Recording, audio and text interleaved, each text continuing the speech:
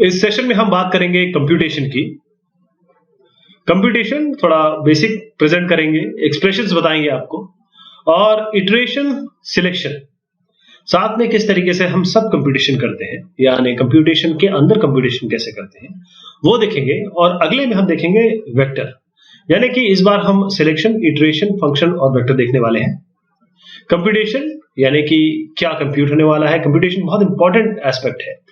अब देखिए, कंप्यूटर का नाम भी तो कंप्यूटेशन से ही बना है, कंप्यूटर विच कंप्यूट्स। तो कंप्यूटेशन बहुत जरूरी है, प्रोग्रामिंग में भी बहुत जरूरी है कि किस तरीके से कंप्यूटेशन होगा, क्योंकि मोस्टली आप कंप्यूटेशन ही करेंगे। इसके अलावा abstractions, algorithms, heuristics, data structure भी देखेंगे, और लैंग्वेज कंस्ट्रक्ट्स और आइडिया, यानी कि जो लैंग्वेज के बारे में हम बात कर रहे हैं उसमें जो ऑर्डर है एग्जीक्यूशन का, एक्सप्रेशन और स्टेटमेंट देखेंगे। फिर साथ में सिलेक्शन, इटरेशन, फंक्शन, वेक्टर्स, ये मैंने अभी आपको बताया। अब देखिए, ये जो स्लाइड है इसमें ये बताने की कोशिश की गई है कि आपको सब आता है। कैसे आता है? आप a प्लस बी इंटू सी करते हैं, वही हम देखेंगे। ये भी आप बोलते हैं कि अगर ये ट्रू है तो ये करिए, अगर ट्रू नहीं है तो मत करिए। यानी कि अगर बारिश होगी तो छाता ले जाइए, बारिश नहीं होगी तो छाता मत ले जाइए। और do this until you are finished, iteration किसे हम कहते हैं, इटरेट करिए।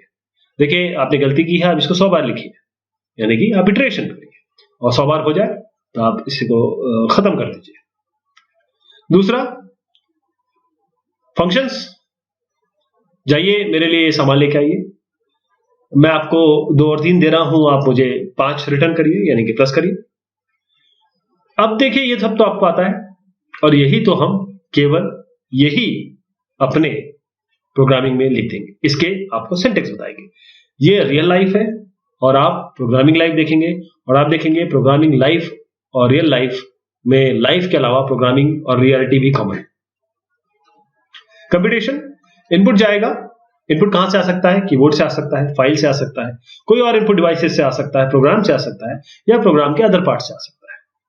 आउटपुट देखिए, आउटपुट कहां जाएगा? स्क्रीन पे जाएगा, फाइल पे जाएगा, किसी आउटपुट डिवाइसेस पे जाएगा, किसी और प्रोग्राम पे जाएगा, या कोई पार्ट ऑफ द प्रोग्राम पे जाएगा।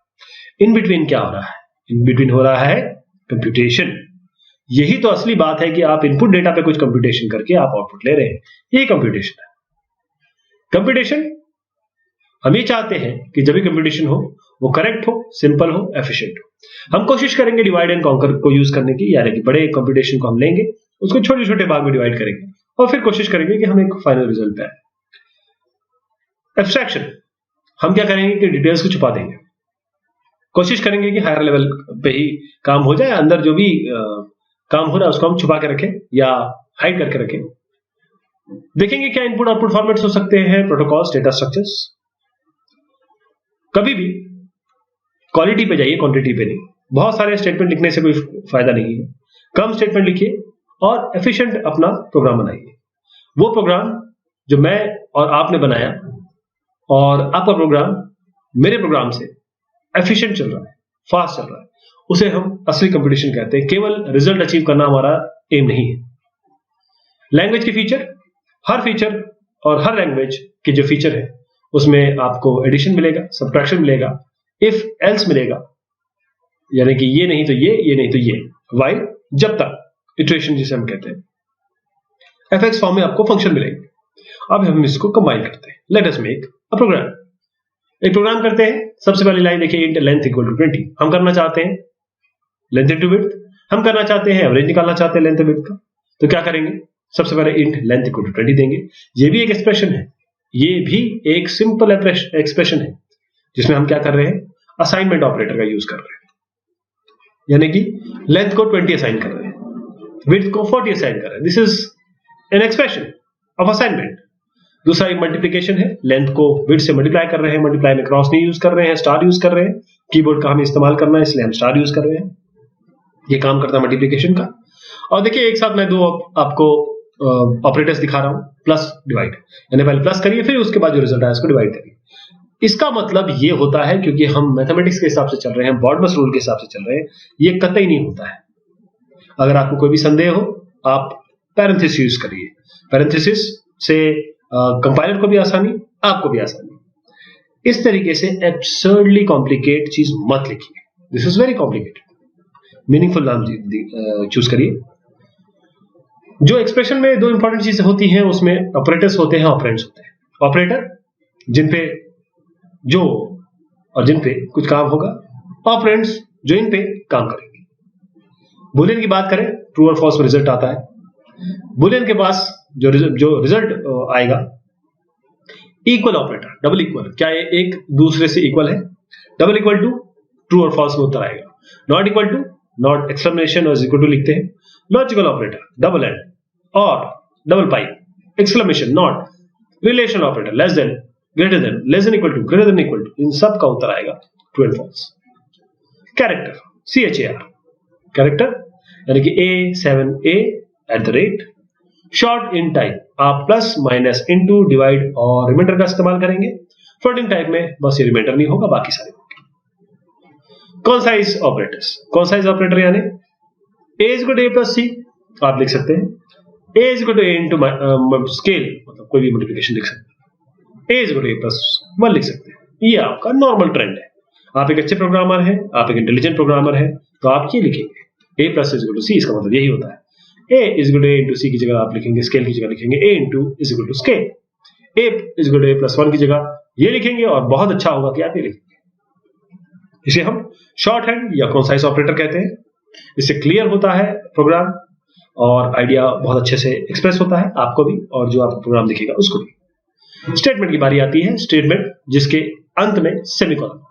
डिक्लेरेशन एक स्टेटमेंट होता है, कंट्रोल स्टेटमेंट भी एक स्टेटमेंट होता है जिसमें फ्लो ऑफ कंट्रोल होता है। जैसे A इक्वल टू, ये आपका असाइनमेंट स्टेटमेंट है, ये आपका असाइनमेंट स्टेटमेंट है, या डिक्लेरेशन स्टेटमेंट है, ये आपका इफ स्टेटमेंट है, ये आपका व्हाइल स्टेटमेंट। देखिए दो बार आपका व्हाइल में एक ही लाइन में हमने ये लिख दिया।